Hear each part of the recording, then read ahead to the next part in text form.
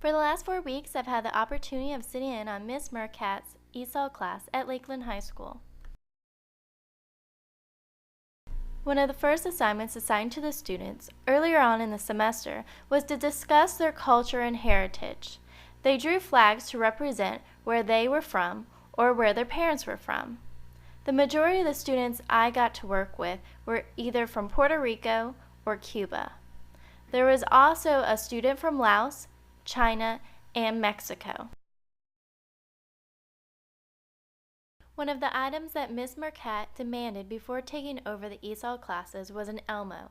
Knowing that book supplies were short, she wanted to have the Elmo so she could project what she's reading on the screen and zoom in so the students could follow along and participate as well.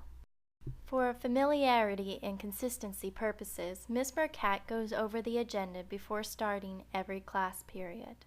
For a portion of every day, the students either work on a computer program called Elevator, where they can work at their own speeds on grammar and syntax, or they read a chapter book out loud as a class so they can practice their English speaking skills together.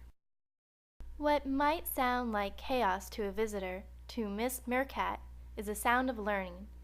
Here is an example of one recording I took while visiting the class.